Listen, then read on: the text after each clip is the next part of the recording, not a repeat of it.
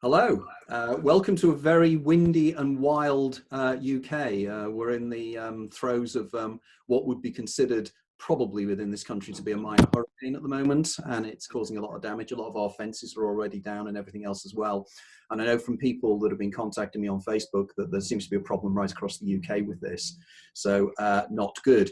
But in terms of today's guests, Dia informs me that they're waist deep in snow over there in Colorado. And I'm not sure with my guest James, but he's down there in Colombia. And I'm sure that the weather, I'm sure he hasn't got snow, and probably it's unlikely that they've got rain as well. But anyway, I've been looking forward to this show for an awful long time. The reason being that James Oroc is one of those kind of men of mystery who I've admired for so long. I've known of his work for a great deal of many, many years now.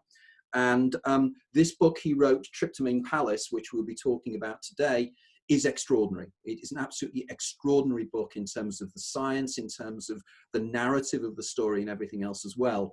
And I know that James has slightly a reputation of a man of mystery in terms of those of us that are interested in entheogens as well, because he seems to sort of flit in and out of existence, and people wonder where he is and where he's gone. So I'm absolutely delighted to be involved. Now, a little bit about James's background. I'll be reading from his bio, so if it doesn't look like I'm being particularly automatic, so be it. But James Oroc is an author and an entheogenic philosopher originally from New Zealand, whose books include Tryptamine Palace, 5-MeO-DMT, and the Sonarian Desert Toad, the first book written about that unique compound, and the new psychedelic revolution. His recent examination of contemporary visionary culture and art. An accomplished adventure sports journalist and photographer, he's currently ranked in the top 200 in the world of the sport of paragliding. So again, this suggests that here's somebody that's a very, very interesting guy. Now, I posted earlier on Facebook and on Instagram a really strange coincidence, because I was quite frustrated in that I've got a copy of Tryptamine Palace and I've also got a copy of his new Psychedelic Revolution, and I was hoping to have both copies here to show you. But unfortunately, it's on my Kindle. So I went down to my library to look to see if I could find James's book down there when I hadn't realized it was on Kindle. And I've got literally thousands of books down there. And suddenly my eyes were just gravitated towards this book here, which is the edited book by Daniel Pinchbeck and Ken Jordan, exploring the edge realms of consciousness. And I just found myself automatically opening the pages. And I suddenly find on page 11, there is a chapter by James Oroc, Into the Quantum Realm. And I thought, wow, what's the chances of this? But we all know, as Deirdre and I discussed, that these things happen all the time. So without further ado, James, welcome to the Anthony Peake Consciousness Hour. Thank you very much. It's a pleasure. Okay, it's wonderful to have you involved and everything else as well. I am so looking forward to this. Right, okay. Now, as I understand it, it's around about a decade since the publication of this book.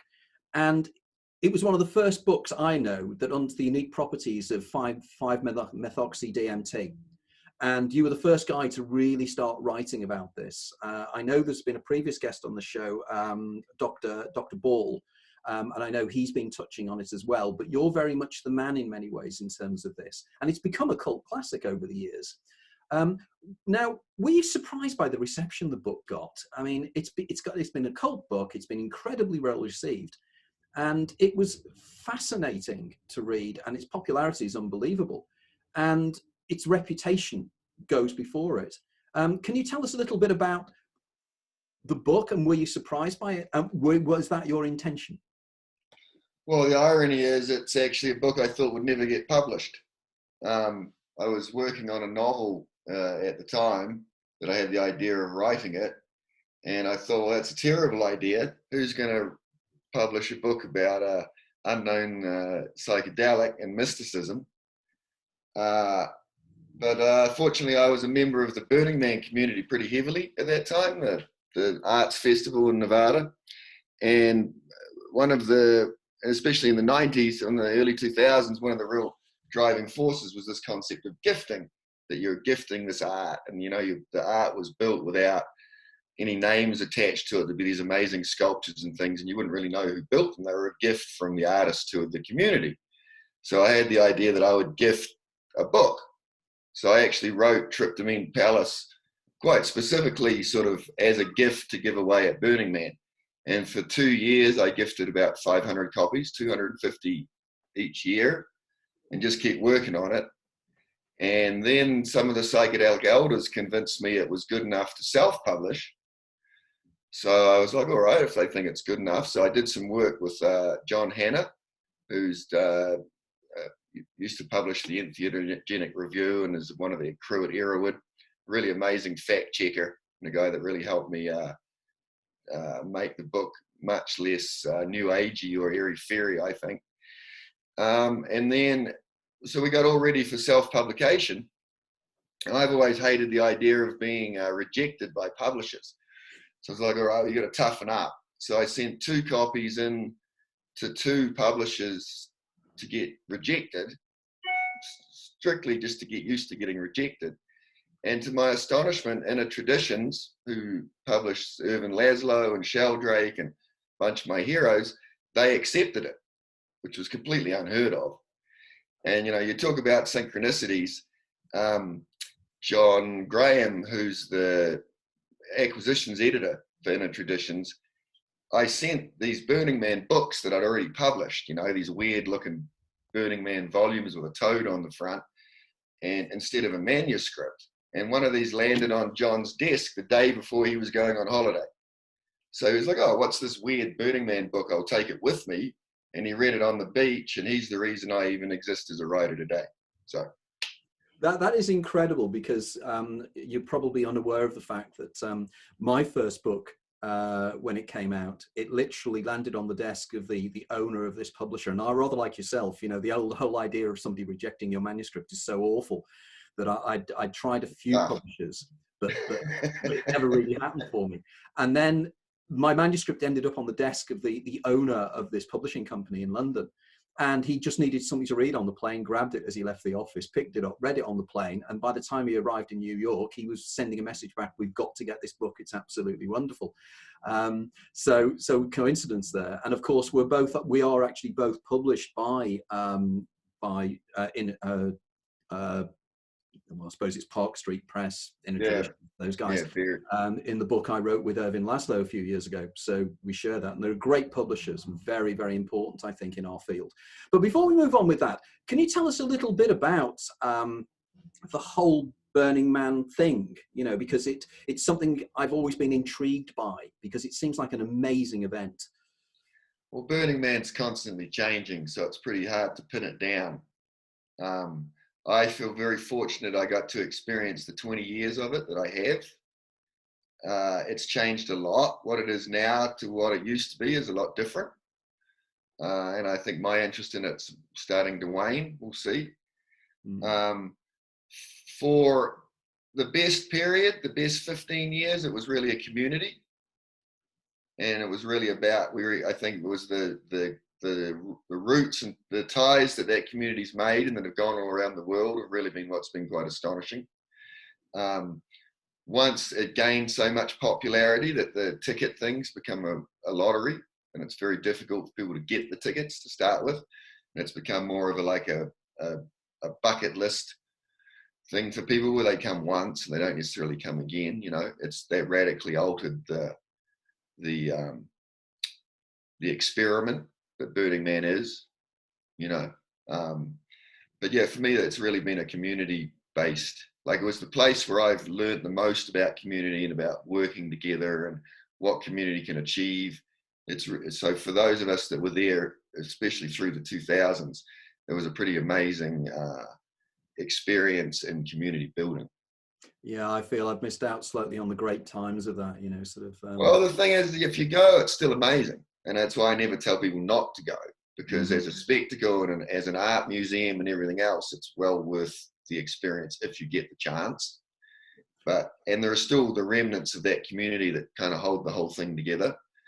But I mean, it's a lot. I mean, there was at one point where I couldn't walk 15 feet on the playa without bumping into somebody I knew. It was crazy. Yeah, we have something similar over here. You probably know something called Breaking Convention, which happens every 2 years at the University of Greenwich. Yeah, I keep waiting for an invite. Oh, they've got to get you. I'll speak to David Luke about this, because they have to have you there. You're absolutely the man. You know, I find it absolutely incredible that you've not been invited. Leave that with me. Leave that with me. I'll try and make that happen for you. Right. So just moving on then. 5-MeO DMT. Tell us about it, and tell us the unique, strange link it has with Cenarian desert toad. What is 5-MeO DMT? Well, I mean, when I wrote a Tryptamine Palace, I wrote it because there was absolutely almost no information out there about it. And people had the misconception it was DMT, which from a dosage viewpoint is quite dangerous if you don't know what you're messing around with. 5-methoxy-DMT is a cousin to DMT. It's the same molecule with an extra oxygen molecule attached, which for some reason makes it incredibly more potent. And I mean, when I describe the difference between DMT and 5-MeO DMT in my talks, I lean on a conversation I had with Nick Sand, the inventor of Orange Sunshine LSD, and also the guy that figured out that we could smoke and figured out how to freebase DMT, which he's less famous for. And he would call DMT the fullness and 5-methoxy-DMT the emptiness. And in my lecture, the way I describe it is in relation to the Kundalini scale of the 6th and the 7th chakras. And the 6th chakra, which to me is the realm of mythology, all the gods and goddesses are present, and all the beauty, all the wonder, all the art, anything that the human consciousness can create is accessible, but there's still a separation between the observer and the object. So you can perceive God, but you're not one with God. Now with 5-methoxy-DMT, that's where that distinction, that's the movement from the 6th to the 7th chakra in the Kundalini. Ramakrishna used to be able to describe the ascent of the Kundalini to his students, but when he went from the 6th to the 7th, he would pass out because the mystical expression was unexpressible. So what happens at the 7th is everything collapses into a singularity. And I think that's the real difference between 5-methoxy-DMT and DMT. People expect a spectacle like you get on DMT, and it's utterly, totally different because it's an actual collapse of perspective into like a unified singular perspective. And the most amazing thing for me is that you can be consciousness without identity. So you're conscious of this realm entirely, but you have no concept of who you are, where you came from, what your roots are, what your species is, what your planet is. And as soon as you start to look for those answers, you're back in a confused heap on the floor. The re-establishment of the ego is astonishingly rapid.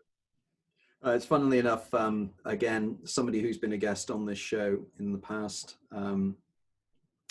mentioned to me that when he took 5-MeO DMT, he said it was the most extraordinary experience, and he is now still trying to come down from it because he found it so astonishing. And you know, it sort of says a lot in terms of that, doesn't it, as to the peculiarities of this particular substance. But it has a very, very strange source, doesn't it, where you actually get 5-MeO DMT from. So can you just tell us a little bit about where it comes from?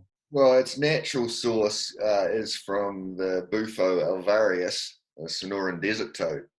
There's 485 species of Bufo toads in the world, and there's only one that methylates bufotenin to 5-methoxy-DMT, which is the Sonoran desert toad. Why this happens, we have absolutely no idea. It's the only entheogen producing animal on Earth. Yes, because this friend of mine, again, Martin Ash, the fantasy writer, he was saying that, and it's intriguing because everybody I've spoken to who has experienced 5-MeO DMT says the same thing, that it's almost like you become at one with the universe. You know, you suddenly, it's a much more powerful experience than DMT. And that in itself is intriguing. Except you don't exist anymore. Yeah, and it always amazes me as to how these are natural substances that are just there, that react with the human brain. to create these extraordinary experiences. You know, it's well, I think, yeah, the first mystery is, how is it there are compounds and plants in one animal that so mimic serotonin that the blood-brain barrier's molecules willingly transported across the most complex defense system we have.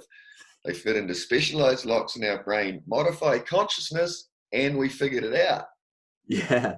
Yeah, that in itself, you know, the more you get into this, the more your brain hurts. And, you know, It's when an astonishing mystery at oh, the root of the totally. And mystery. I think, you know, your introductory chapters in Tryptamine Palace are such a wonderful primer for the neurochemical aspects of 5-MeO-DMT and DMT itself as well. And I would strongly suggest anybody, if you want a perfect introduction to exactly how these substances react in the brain, I would say, without exception, James's book is the one to read because it really does make it incredibly clear.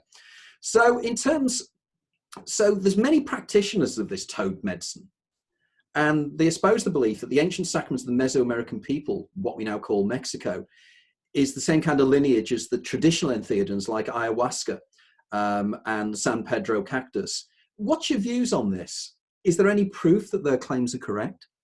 No, not really. I mean, for a start, I'm going to state I prefer synthetic, and that I hope that we get a good supply of either synthetic or a plant substitute, because it's the worldwide interest in toad venom is being quite harmful to the populations of the toads in Mexico, as far as we can tell.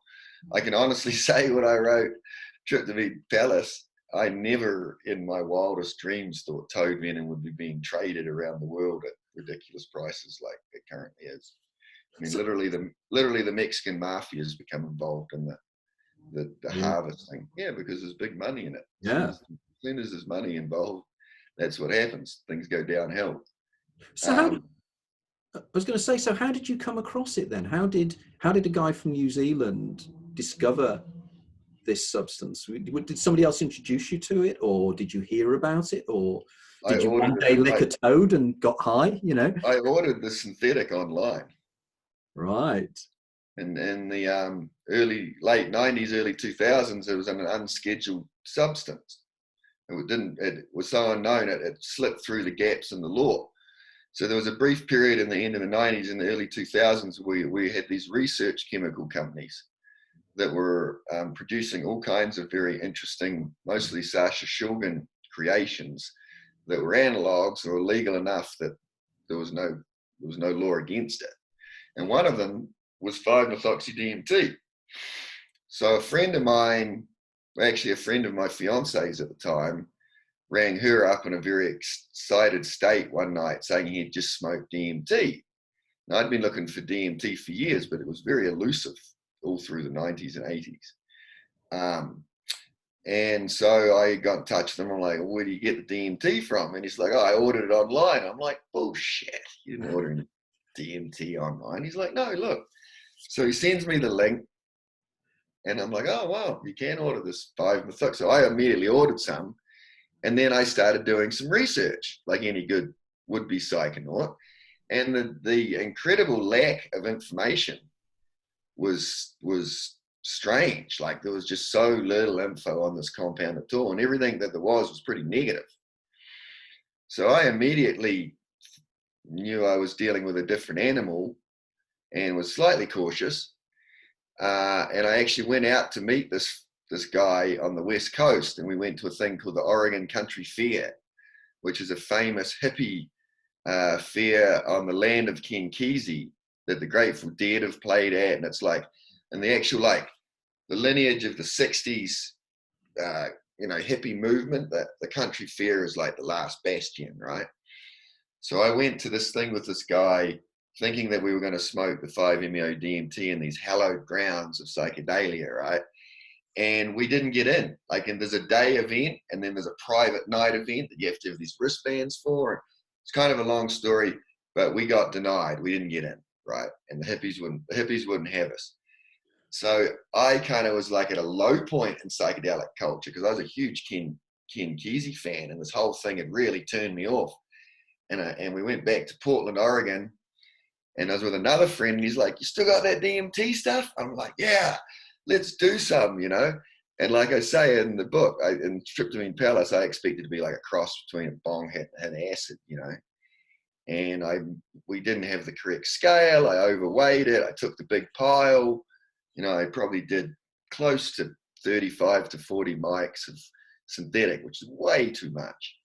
And, you know, I was out for 40 something minutes, which is normally it's like half that, right? My first time was crazy. And I come to in this room and I'm like, we're in a really plain suburban office in Portland. There's no Ganeshes, there's no nothing, right? And I come to it, I'm standing in the middle of the corner of the room and I'm waving my arms, doing sun salutations, and there's stuff all around me, like I've come back from another dimension. And I turn around and the room's been like trashed. Like we had a mattress laid in the middle of the room, and I tried to get under the mattress, and I did a Maori war dance, and I broke some furniture. And before I got to the point where I started shouting, "It's there, it exists, I'm there," you know. And meanwhile, my two buddies have no idea. None of us have smoked this stuff. So they're like cowering in the corner. They're about 2 minutes away from calling 911, wondering when this giant rampaging New Zealander is going to come back to any kind of reality. It must have been quite a scene. I mean, I write about it in Tryptamine Palace, and my buddy a couple of years later is like, yeah, you know, it was much scarier than that, you know. I can just imagine, because you think, how the hell do you deal with this, you know? I'm not a small guy. Yeah, so I'm just thinking of the amount you took.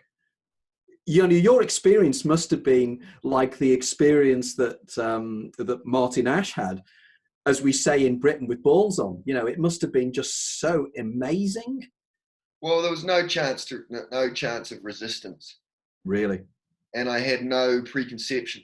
So in a lot of ways, it was just perfect. I mean, I feel extremely fortunate. I think once a generation, you get the chance to write a book about a new compound that really changes things. One writer every generation really gets that chance. And I was in the right place at the right time with the right skill set.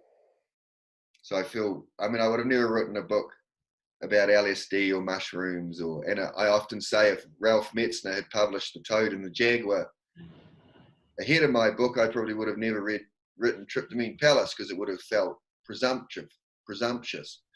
But because no one had written anything about it, and the elders were kind of keeping it quiet, the reason there was no info was that the groups that were using it didn't want it to be widely known that it was available. Interesting. So, and then as it happened, Tryptamine Palace just happened about the same time as the scheduling, and one wasn't involved with the other. So my book was just perfectly timed.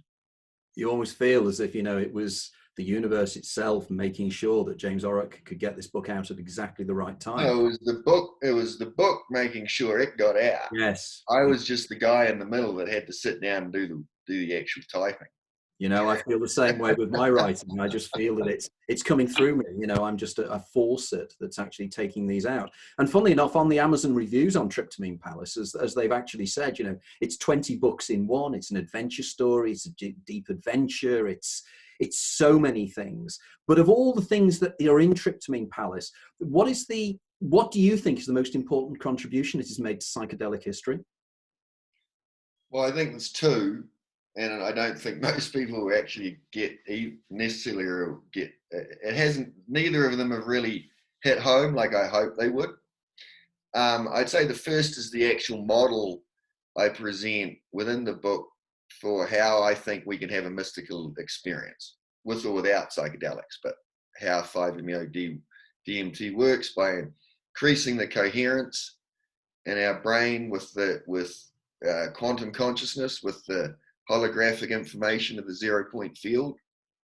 And I think I'm one of the few people that actually have presented a model that says, hey, this is the way I think we can have a mystical experience that makes sense within the perimeters of our current, admittedly far reaches of scientific thought. And I think for me, like, if you ask me how has 5-MeO-DMT changed my life? Well, for a start, it's completely changed my philosophical, way of looking at the whole world. My actual model of how I think existence and reality and everything else works is completely different to what it was pre-5-methoxy-DMT, where I was a pretty content scientific rationalist, I'd say within the mainstreams of most science.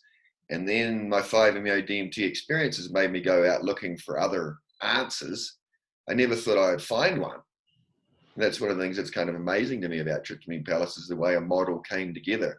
And I discovered Ervin Laszlo and the whole concept of the 0-point field and all these things that they're not new agey. They're they're right on the cutting edge of science. We just haven't quite caught up with it. And in the decade since Tryptamine Palace has come out, those findings have only been supported. I keep waiting for them to be cut down, but my general model only seems to be getting stronger and stronger. You know, Okay. so I think that's that's probably my greatest contribution. The other thing that I find a little, a lot of the book focuses in the end on the idea of community building and the idea that we're heading towards a major ecological catastrophe. And that's only got worse. You know, I find it, the whole Greta Thunberg phenomena is interesting to me, because so many people have been saying what she's been saying since the 70s. It's just now people are listening to a young girl, a young woman. It's an interesting phenomena.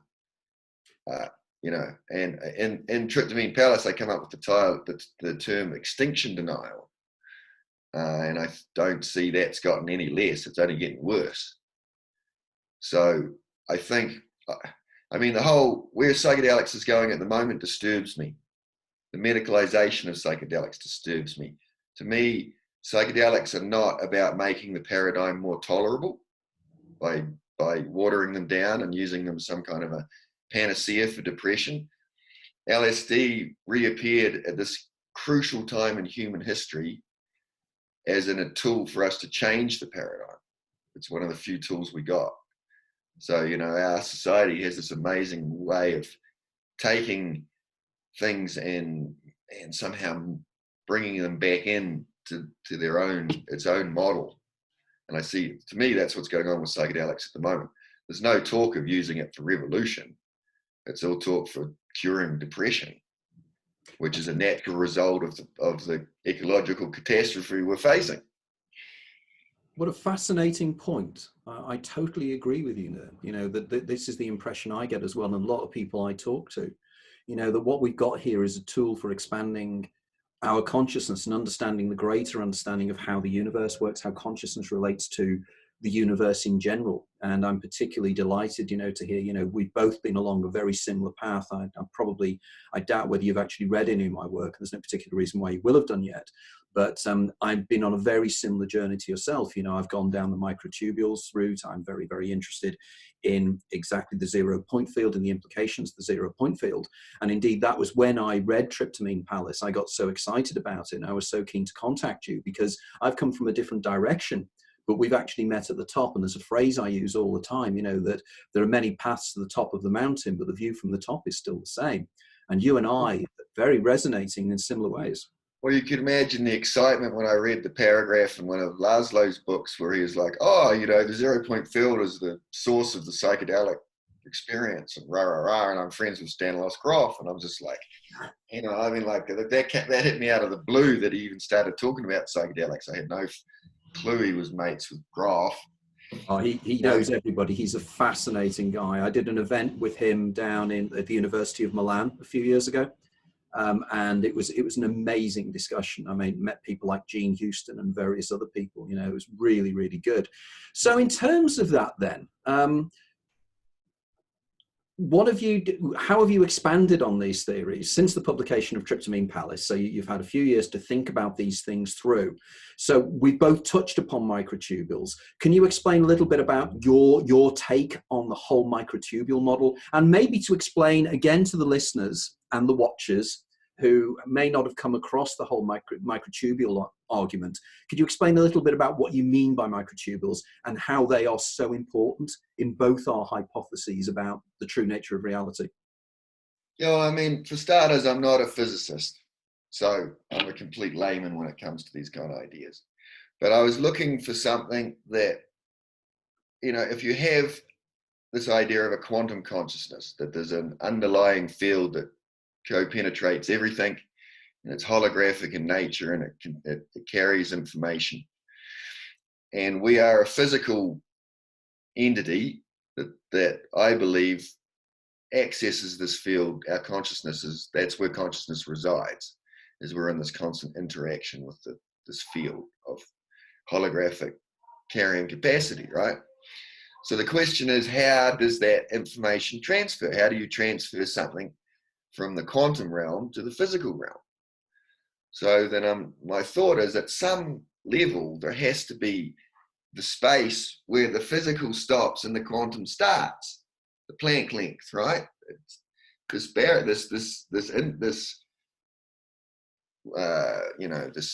This connection point exists. So that's when I started looking around a little bit more at that. And then, I mean, I think my original introduction to the microtubules would have been through Roger Penrose and Stuart Hamerhoff's theories. I've done a workshop with Hamerhoff. He's an awesome character, and I find his ideas very interesting. But and the thing about microtubules is they're some of the smallest things known in size. They're getting down close to the quantum. They're very small, 4 nanometers. So there's as many, everybody knows as many neurons in the brain as there are stars in the Milky Way. Well, there's as many microtubules in the human body as there are stars in the entire known universe. Something crazy like that. So on the scale, they're an incredibly complex system that's incredibly small. So my idea is that they're kind of almost like a net that can actually be buffeted by quantum information. And if there's just a small enough movement, this could be converted to a physical chemical reaction. Now, nobody really knows what microtubules are. We just know that there's this incredibly complex scaffolding of these tiny little tubular tubes that runs through all the cells, and especially through the neurons in the brain, right? So Nassim Harriman told me that if you take the cosmic scale, if you take from the Planck length, which is the smallest known thing, to the largest known thing in the universe, the human microtubule system is about smack in the center. Now, if you're going to build a computer that was going to appreciate the grandeur of the universe from the very big to the very small, where would it have to sit? Somewhere right near the middle, right? So I think, it's always amazing to me, we moved away from the idea that the Earth was the center of the universe, but I think increasingly we come back to the concept that man is the center of the universe. Like Black Elk said, center is everywhere. And our consciousness is actually creating form outwardly. Like, I really think as we look further and further out in space and our ideas, we're creating these structures. This idea that we're seeing light that was emitted so many millions of years ago and is miraculously coming back to us. What if it's the other way around? What if we're just creating it and pushing it all out with our concept? Maybe maybe at one point the Earth was flat and sat on the back of a tortoise. It doesn't anymore. Yeah. Right? Yeah, that's very true, because one of the things that you've probably come across the hypothetical work of people like John Archibald Wheeler. And Wheeler, a few years ago, his thought experiment using the twin split experiment to actually argue that quasars that existed billions of years ago are actually brought into existence by the act of observation now, and it sort of back creates the reality. And again, I totally believe that time can flow both ways that way as well. Because one of the areas that we're both interested in as well is and you've touched upon this previously, and I'd like you to expand on it a little bit more now, is the actual holographic model of reality, as well as to how holographics comes into all this. Well, I think the basic concept is that the 0 point field, the 0 point field's the hardest thing known to nature, to man. It's actually the densest energetic field. So the old, this is how I describe it in my talks, the old model that the universe of balls floating around in space, or balls on the billiard table, whatever, and whether it's solar systems and galaxies or atoms and molecules is totally incorrect. And the correct way to actually look at the model of the universe is it's a giant block of ice that's honeycombed like Swiss cheese. And all the holes in the block of ice is our physical reality. Because we're actually an imperfection in the perfection of the density of the field, is the way as Einstein described it. So we're where the field's breaking down into some other thing. That has interesting implications for Gnosticism, doesn't it? The idea of the concept of the pleroma and the kenoma, and the idea that there is a kind of a purer reality behind us. It's almost moving back to the concept of Plato and the Platonic forms and everything else as well. You know, that right in line with Vedic thought as well. Totally. Now, one of the other things that a guy called Michael Pollan has endorsed the idea that psychedelics could be used as a medicine. You've already touched upon this, but can you expand upon the idea of the medicalization of psychedelics and the idea that 5-MeO-DMT could be used as a form of medicine? And if it was, what would it do? Well, this is, I make a lot of enemies talking about this usually. In the 50s and 60s, a lot of very skillful people tried to use psychedelics as medicines, and it generally didn't work out too well. Now we have this rekindling of interest, and the psychedelic community seems to generally think it's great because they think it's just going to make psychedelics more accessible and more accepted by society if they become medicines. Now, my argument would be this is a medical model. You're talking about doing psychedelics with doctors and clinics and a whole different model to which I really think is the best way to experience psychedelics. And my argument is you don't need medicalization. You need an educated psychedelic community with elders and, rituals in place that people get to discover psychedelics without this idea. To me, they're a sacrament. They're not a medicine. So it's a very different model. I think psychedelics are going for a walk in the forest or in the mountains as much as anything. If you want to feel the source, you're not going to feel the same thing lying in a hospital bed in a clinic with people asking you how you feel every 45 minutes. Right? That's a very good point. So you have, and when I first got in, the timing of Tryptamine Palace was really interesting because I kind of came in at the tail end of one psychedelic era and the birth of the next. And my latest book, The New Psychedelic Revolution, maps that change and how contemporary psychedelic culture differs from 60s psychedelic culture. And I've had front row seats for that ride for 15 years.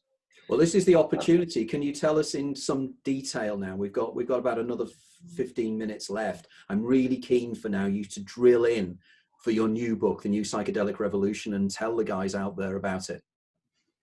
Well, the story starts in the early 2000s with the famous bust of the Kansas Silo Acid Lab by William Picard that they said was the last of the Brotherhood of Love acid lads. And at one point, it dried the world's supply of LSD up by something like 95%.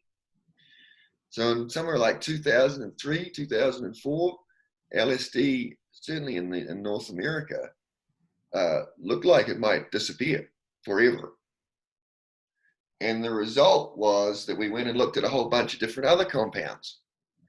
Well, let me just plug the computer in here. Hang on. Sorry, on the move. We plugged in we discovered a whole bunch of other compounds, and we went back, there was the reinterest in natural entheogenics. That was when the whole ayahuasca surge started. We started to extract DMT, and there was a lot of interest in Sasha Shulgin's creations from Peake and Tikal. You saw 2CB, 2CI, 2CE, dozens and dozens and dozens of other compounds.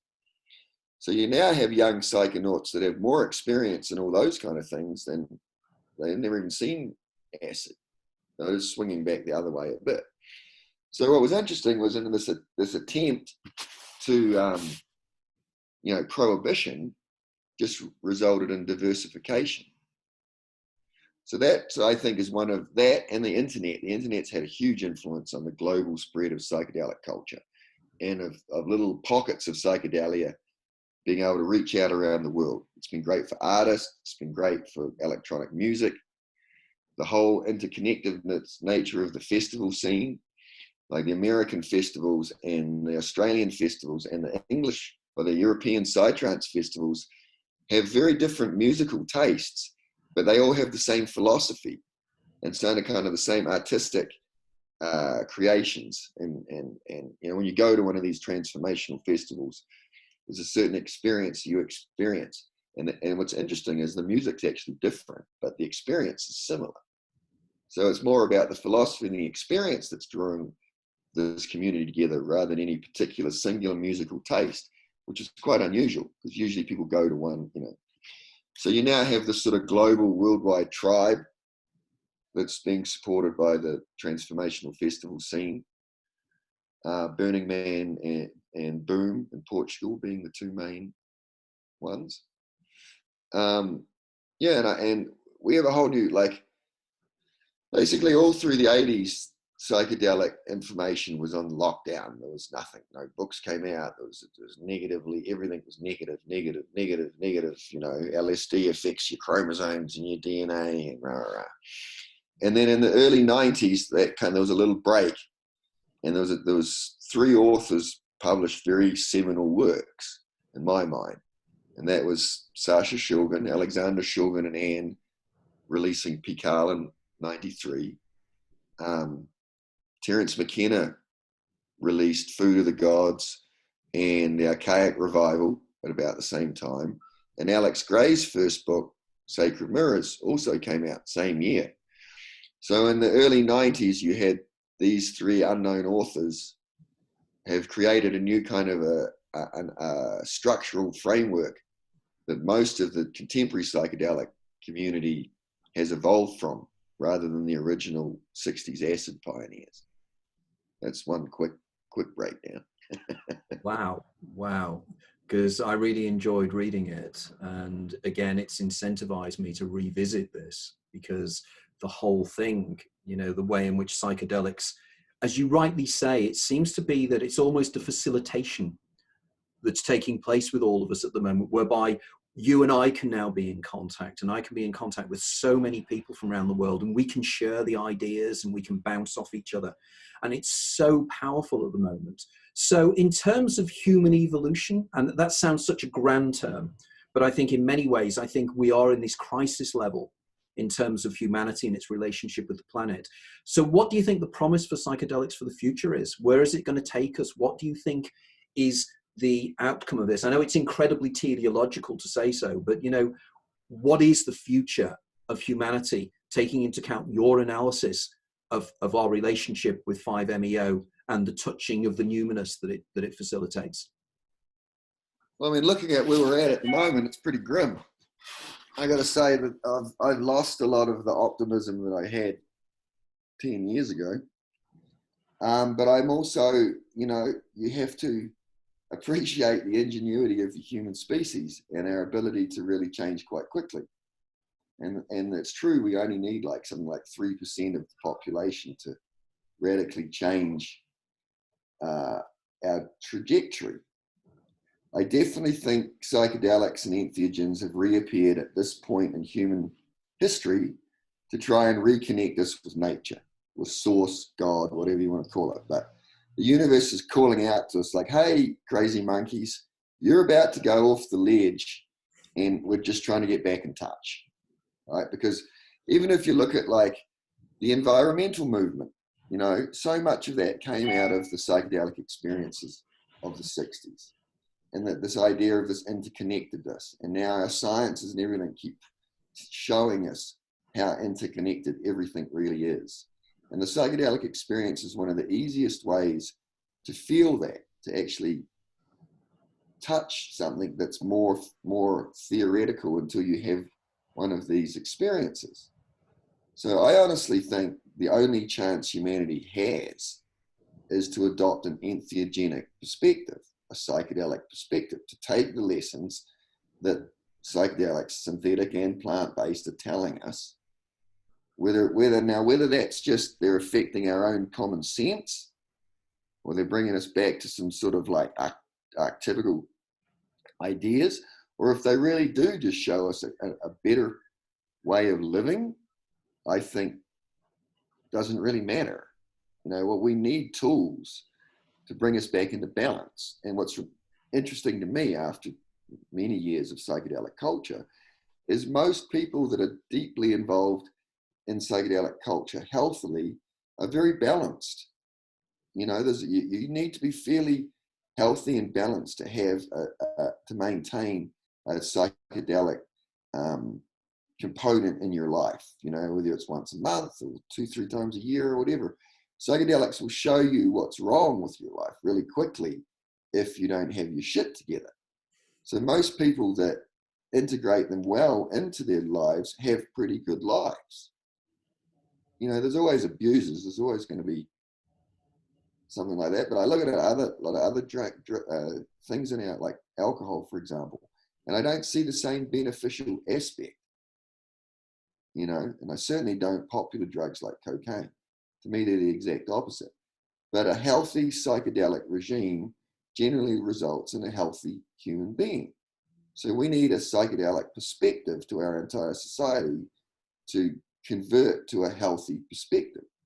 Now, whether that happens this time around or whether it happens next time around is probably the big question. I think we're in a race against our own ingenuity at the moment. And it's going to be fascinating to see where it all goes. I have no clue. Well, one of the things that we touched upon earlier about breaking convention, and I can honestly say that that's an event where I meet the nicest people ever. And it's a long weekend where, there's around about 1,000 delegates and everything else. And it's such a meeting of minds. And I can imagine it's probably similar to the feelings that maybe the festivals in the late 1960s, like Woodstock maybe, and things, the same kind of feeling of everybody's there for the same reasons, for the same purposes. And they're there to learn. There's this great wanting to understand and wanting to learn. Now, one of the things that in my latest book, The Hidden Universe, one of the things I discuss is encounters with entities in altered states of consciousness, such as DMT and similar substances. Have you ever been in the position where you have interfaced? The reason I'm asking is that there are associates of mine that you're probably aware there's this research going on at Imperial College in London. Yeah, I was at one of the Turingham retreats. I'm sorry? I was invited to one of the Turingham retreats. I was at the Oh, one were you? Oh, right. Right. And how did you find that? It's an opportunity to talk about that. How was that? It was great. We had this crazy, basically myself, Dennis McKenna,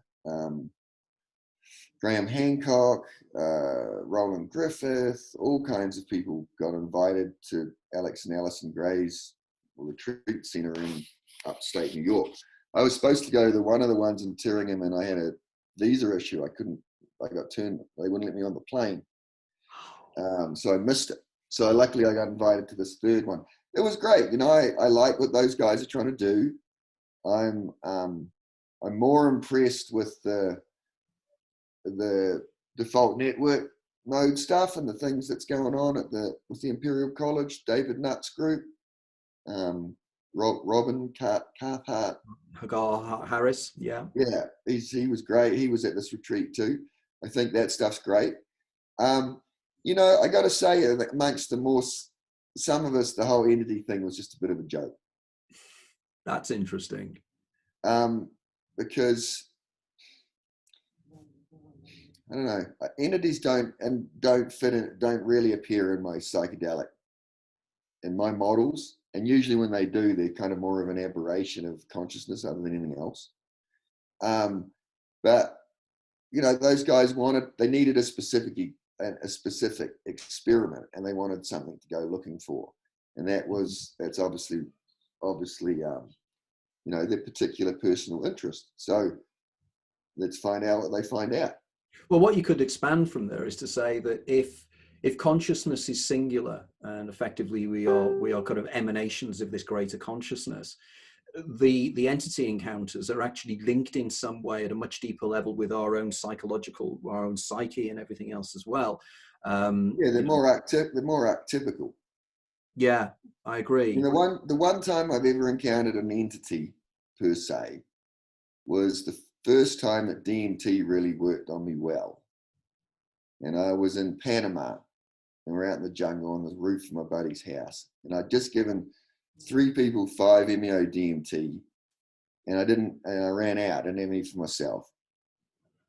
So I decided I would try DMT, and DMT doesn't work very well. I mean, I knock it out too easily. I usually need to be on an LSD to start, and I need weed, and my whole thing with DMT is very weird, very strange.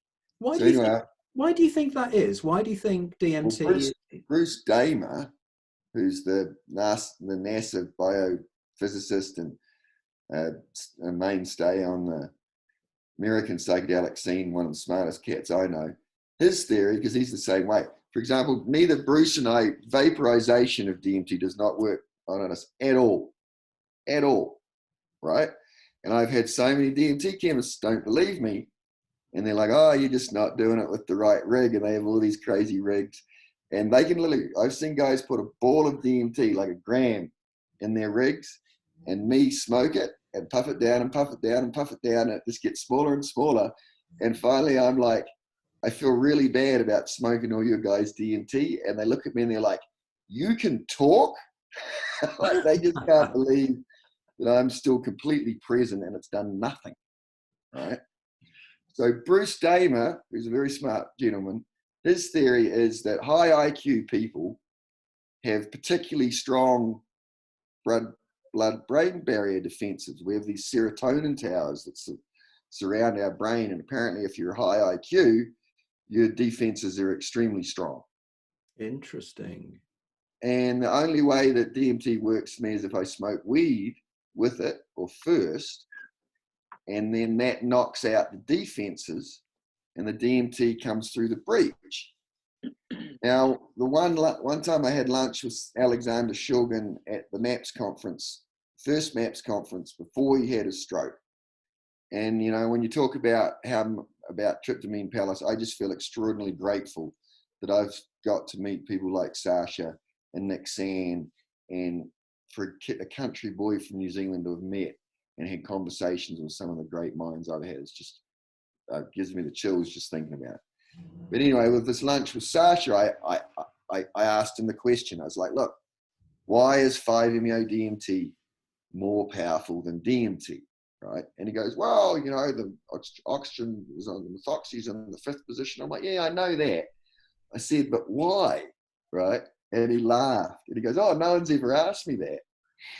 So Alexander Shulgin's explanation to me, I'm no chemist, was that DMT is very fragile. It's like a snowflake, and it's super easy to destroy. When you add the extra methoxy group, it stiffened the whole molecule up. And he said it makes it like a little dart, was the way he explained it. So even with a much less amount, the 5-MeO molecule, because it's stiffer, just whizzes through the blood-brain barrier, whereas DMT hits it and gets destroyed. Now, if you take acid, it works even better, DMT or psilocybin. Nick Sand swore by God that 6 hours into an LSD trip was the time to smoke DMT. And he was the guru, right? He said that's the time. Now, if you think about it, same thing's happening, right? The acid is also working on your blood-brain barrier, so it's overpowering it. So the DMT has more of a chance to come through. And my talks, I ask this question all the time, like, how many people smoke DMT? And everybody puts their hand up. Like, how many people has it not worked? And a good 20% leave their hands up. And I go, try it with weed, if you smoke weed. Terence McKenna used to smoke like 2 big joints before he'd do his DMT, is what I've been told. He was a big believer in it. And it's funny because the classical literature says don't mix pot and DMT.